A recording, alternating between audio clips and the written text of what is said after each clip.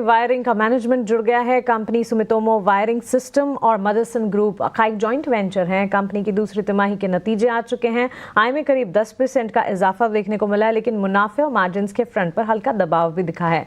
नतीजों के साथ साथ इनपुट लागत बढ़ने से कीमतों पर कितना दबाव पड़ा है, चर्चा के लिए हमारे साथ जुड़ गए हैं कंपनी के COO अनुराग गहलोत और कंपनी के CFO महेंद्र छाबड़ा। आप दोनों का ही बहुत स्वागत है 18 आवर्स स्वदेश पर अपना समय देने के लिए आपका शुक्रिया। सबसे पहला सवाल अनुराग जी आपके लिए होगा। हमने मार्जिन्स में कंसर्न्स देखे हैं, प्रेशर यहाँ पर नजर आया है, क्या फैक्टर्स देखते हैं इसके पीछे आप? Additionally how do you view the outlook for revenues going forward? बहुत बहुत धन्यवाद ईटी पे हमें इनवाइट करने के लिए। जैसा आप देख रहे हैं कि पीवी पैसेंजर व्हीकल इंडस्ट्री जो है वो डिक्लाइन शो कर रही है अभी 1% का, अगर हम ईयर ऑन ईयर Q2 की बात करें। लेकिन अगर हम हाफ ईयरली की बात करें तो there is a growth of around 2% और quarter on quarter sequential basis पे 6% की वृद्धि हुई है। जहां अब तक एमएसफिल का सवाल है वो ग्रो करा है 10% से, और ये क्योंकि कंटेंट की वजह से जो है इतनी ग्रोथ है।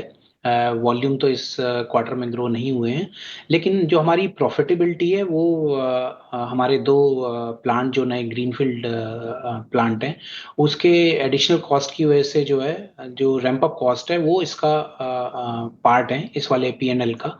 तो जो आप वो प्रेशर की बात कर रहे हैं, क्योंकि एक्सपेंशन हो रहा है, आपको जो है मैन पावर, आपको इंफ्रास्ट्रक्चर सब बहुत महीने पहले जो है इन्वेस्टमेंट करनी पड़ती है, अपने लोगों को ट्रेन करना पड़ता है उस स्किल पे लाने के लिए। तो इस वजह से जो है वो थोड़ा सा कॉस्ट प्रेशर आपको दिखाई देता है।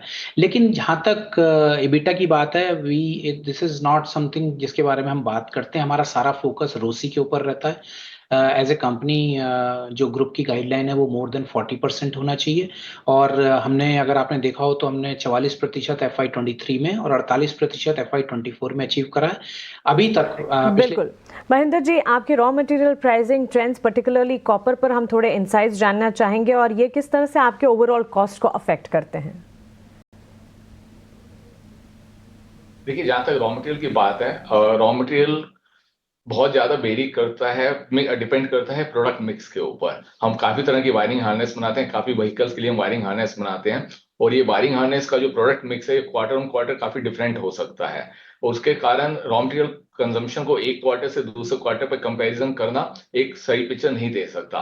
प्रोडक्ट मिक्स डिसाइड करेगा कि हमारी रॉ मटेरियल कंजम्पशन कितनी है।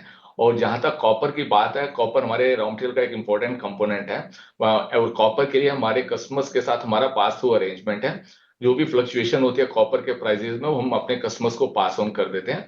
कुछ कस्टमर्स को हम क्वार्टरली लैग पे ट्रांसफर करते हैं, कुछ कस्टमर्स को हम हाफ ईयरली लैग पे करते हैं। बट अगर आप ओवरऑल बेसिस पे देखें तो कॉपर के प्राइस में जो फ्लक्चुएशन होता है उससे हमारे रॉ मटेरियल कंजम्पशन या प्रॉफिट एंड लॉस पे इंपैक्ट नहीं आता है। Okay Anurag ji, overall capacity utilisation पर क्या इंसाइट्स है, और साथ ही डिमांड किस तरह की पैन आउट होती हुई इस वक्त नजर आ रही है? एज ए कंपनी रूल, जैसे ही हम लोग 80% यूटिलाइजेशन पे पहुंच जाते हैं तो हम अपना एक्सपेंशन शुरू कर देते हैं। तो इसीलिए जो दो हमारे ग्रीनफील्ड प्रोजेक्ट हैं वो उसी का नतीजा है, लेकिन ये सब बैक्ड होता है कस्टमर के फर्म ऑर्डर। तो अभी जो हमारे इनको दो ग्रीन फील्ड के अलावा जितने भी हमारे प्लांट्स चल रहे हैं वो सब करीब करीब 80 से 85% यूटिलाइजेशन के ऊपर चल रहे हैं। और आने वाले समय में अगर जैसे हम देखें तो सारे ही जितने भी बड़े OEM हैं उन लोगों ने अपनी अपनी कैपेसिटी को एक्सपेंड करने का अनाउंसमेंट करा हुआ है। चाहे मारुति सुजुकी है जिसने 4 मिलियन कार के लिए बोला है, महिंद्रा ने अपनी इन्वेस्टमेंट को बताया है, टाटा मोटर्स ने जो है गुजरात के अंदर एक फैसिलिटी ली है, प्लस वेल्लूर के अंदर लैंड खरीदा है। तो मुझे लगता है कि सब लोग जो है अपनी कैपेसिटी बढ़ा रहे हैं, और इन लाइन टू दैट एमएसफिल भी अपनी कैपेसिटी उसके साथ बढ़ा रहा है। तो मुझे लगता है आने वाले समय में आप देखेंगे कि कुछ और एक्सपेंशन भी होगा। एब्सोल्युटली अनुराग जी, महेंद्र जी, आपका बहुत शुक्रिया हमारे साथ जुड़ने के लिए, सवालों के जवाब देने के लिए, आने वाले क्वार्टर्स के लिए आपको ढेरों शुभकामनाएं। सो मदरसन सुमी वायरिंग के मैनेजमेंट से हम बात कर रहे थे। नतीजों की अगर बात करें, कंपनी के रेवेन्यूज ठीक रहे, लेकिन मुनाफे और मार्जिन के फ्रंट पर हमने कंसर्न्स देखे। बावजूद इसके कंपनी इंडस्ट्री ग्रोथ और अपने एक्सपेंशन प्लान्स को लेकर काफी कॉन्फिडेंट है।